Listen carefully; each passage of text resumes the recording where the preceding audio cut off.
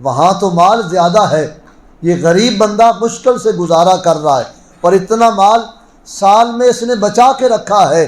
تو فرمایا امیر ہونے کے ساتھ زکوٰۃ کا تعلق نہیں، صرف ایمانداری پہلا اس کا رکن ہے۔ ایمانداری ہوگی تو پھر نصاب مکمل ہوگا۔ اب وہ مال زکوٰۃ، نابالغ بچہ جس کی عمر بلوغت تک نہیں پہنچی، اس کے پاس جتنا بھی مال ہو وہ مسلمان تو ہے، لیکن اس پہ اسلام نے زکوٰۃ کو فرض نہیں کیا، اس کو رخصت دے رکھی ہے۔ غلام اپنی مرضی نہیں رکھتا، اس پہ زکوٰۃ نہیں ہے۔ مرد پر بھی ہے، عورت پر بھی ہے، اور مسافر پر بھی ہے، مقیم پر بھی ہے۔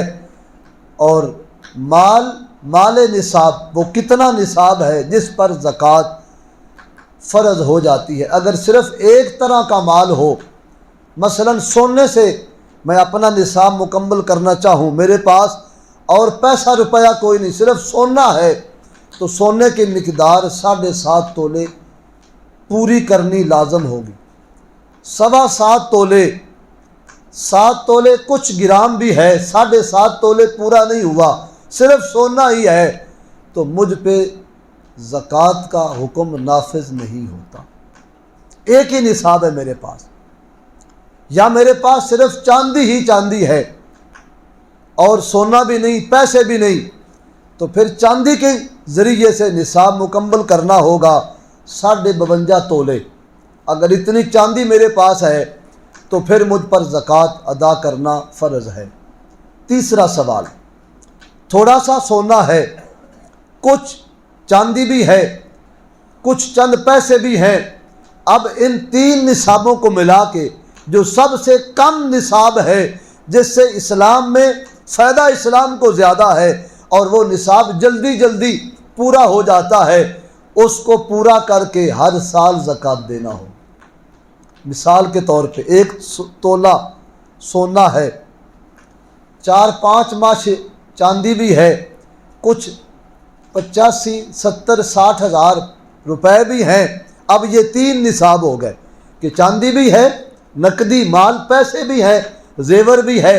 اب ان کو ملا کے سونے کا حساب بھی لگایا جائے گا، چاندی کا حساب بھی لگا کے وہ جو 50,000 گھر میں رکھا ہوا تھا اس کو بھی اکٹھا کر کے اب یہ بن جائے گا 2 لاکھ یا 1.5 لاکھ یا جتنا بھی بن جائے۔ اب مذہب اسلام کہتا ہے اس سارے مال کی زکوٰۃ دینا تجھ پہ لازم ہے۔ زکوٰۃ کا مال جب علیحدہ کر لیا تو اس کی ادائیگی کب واجب ہوتی ہے؟ جب بندے پہ زکوٰۃ فرض ہو جائے، اور زکوٰۃ کی فرضیت کا سبب ہے مال کے آ جانے کے بعد اس پر ایک پورا سال گزر جانا۔ جب 1 سال گزر گیا، اس سال میں نے کاروبار کا آغاز کیا رمضان شریف میں، اگلے رمضان شریف میں میرا کاروبار بڑا عروج پہ ہے، تو مجھے اپنے کاروبار کا جو مال تجارت ہے اس کا حساب لگا کے زکوٰۃ ادا کرنا ہوگی۔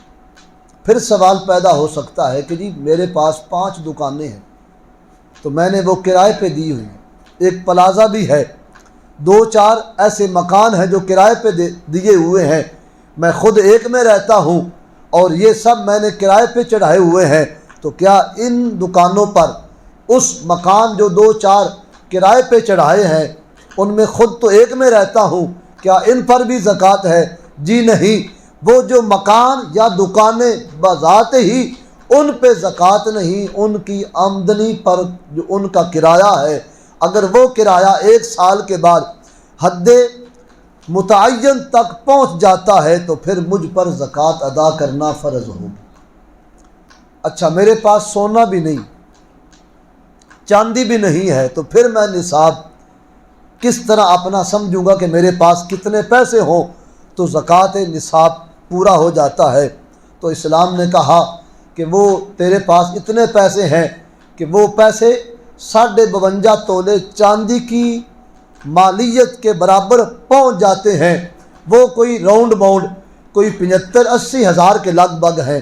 جس بندے کے پاس حاجت اصلیہ کے سوا جو ضروریات زندگی ہیں، مثلا گاڑی ہے، یہ ضرورت کی چیز ہے، موٹر سائیکل ہے ضرورت کی چیز ہے، گھر کا تمام فرنیچر ضرورت کی چیز ہے، پہننے کے کپڑے اور کھانے کے برتن یہ ضرورت کی اشیاء ہیں، ان کو نکال کے میرے پاس اتنے پیسے موجود ہیں 85-80 ہزار، تو اب اسلام کہتا ہے تجھ پہ زکوٰۃ دینا فرض ہو گئی ہے۔ بات سمجھ آ رہی؟ اب زکوٰۃ جو نہ دے اس کا حال کیا ہوگا؟ نبی اکرم شفیع معظم صلی اللہ تعالی علیہ وآلہ وسلم نے فرمایا جو زکوٰۃ نہ دے وہ سخت گناہ گار ہے، مردود الشہادت ہے نہ دینے والا، اور کل جب فوت ہو جائے گا وہ مال جو زکوٰۃ کا چھوڑ گیا اس مال کو گرم کر کے اس کے جسم کو داغدار کیا جائے گا۔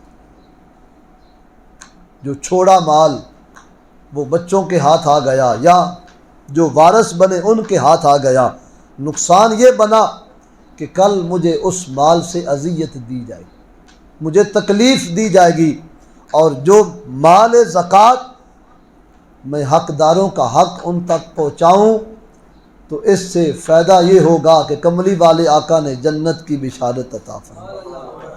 اب سوال یہ ہے کہ وہ جو مال زکوٰۃ میرے ذمے تھا، مثلا میں نے اگلے سال رمضان شریف میں پچھلے سال کام شروع کیا، اب پورا سال گزر گیا، سال کے درمیان کاروبار اونچا بھی گیا، پھر مندہ بھی ہو گیا بازار میں، کچھ پیسے کم ہو گئے، اب سال پورا ہو چکا ہے، اب میرے پاس اتنا ہی مال ہے جتنا میں نے شروع کیا تھا، کوئی بڑھوتی نہیں ہوئی۔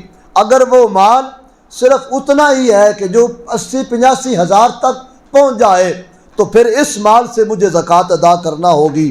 اگر اس سے مال بڑھتا گیا، اللہ کا فضل ہوا، گاہک زیادہ آتے گئے، برکت ہوتی گئی، دیانت داری کی وجہ سے، امانت داری کی وجہ سے، میرے اچھے اخلاق کی وجہ سے لوگ کشاں کشاں میری دکان پہ آتے ہیں، اخلاق اچھا ہے، ریٹ مناسب ہے، اور میں اضافہ زیادہ نہیں لیتا، بس ٹھیک ہے جو آ گیا وہ خالی نہیں جانا چاہیے۔ مجھ پہ اللہ کا کرم، میں نے 50 یا 1 لاکھ کا کام شروع کیا، آج 40 لاکھ کی میری دکان کی آمدن، اور وہ سارا مال ہے۔ اسلام کہتا ہے جو دکان میں ہے اس کو بھی اکاؤنٹ کر، جو بینک میں رکھا ہے اس کو بھی ساتھ ملا، اس سارے مال کی زکوٰۃ ادا کر۔ بندہ سوچے گا کہ وہ تو میری محنت ہے، کہ میں نے تو اتنے مال سے آغاز کیا تھا، اب یہ اتنے جو 40 لاکھ بن گیا یہ تو میری محنت ہے۔ رب فرماتا ہے تیری محنت نہیں، یہ ہمارا کرم ہے۔ تیرا گواڈی ایسا بھی ہے کہ جو تیرے ساتھ ہی آ کے دکان کھولتا ہے، تیرے ساتھ ہی بند کرتا ہے، وہ بیچارہ سارا دن سکھتا رہتا ہے کہ 4 گاہک میری دکان پہ آ جائیں، ادھر جاتا کوئی نہیں، تیری دکان پہ تجھے فرصت نہیں ملتی۔ تیرا کمال نہیں، یہ رب ذوالجلال کا کمال ہے۔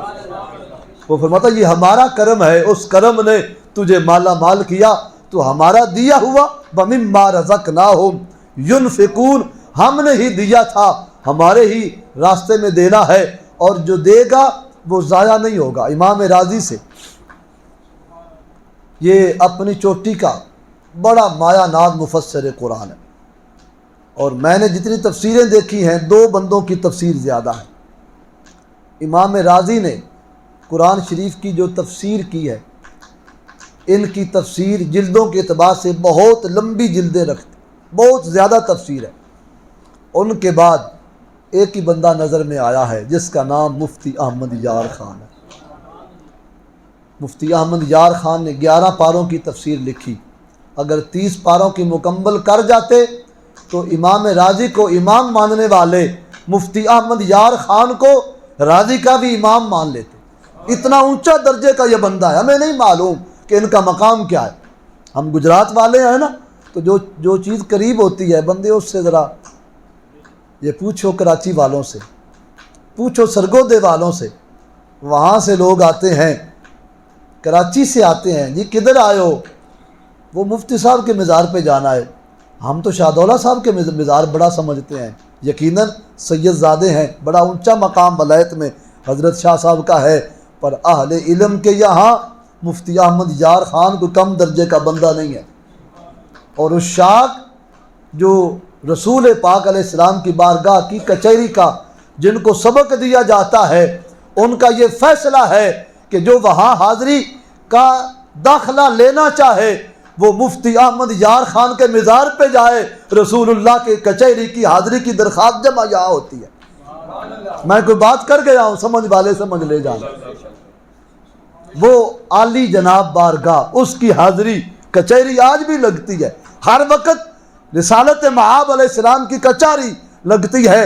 گجرات میں 2 بندے ہیں جو آج بھی اس کچہری کی درخواست جمع کرواتے ہیں، ایک مفتی احمد یار خان ہے، دوسرا کون ہے؟ آپ کے ذہن میں نام آ جائے گا، خواجگان قبرستان میں ایک مزار پر انوار ہے، حضرت مولانا علامہ قاری احمد حسین صدیقی خالقی روہتکی، ان کا مزار چھپے ہوئے ہیں، لوگ جانتے ہی نہیں۔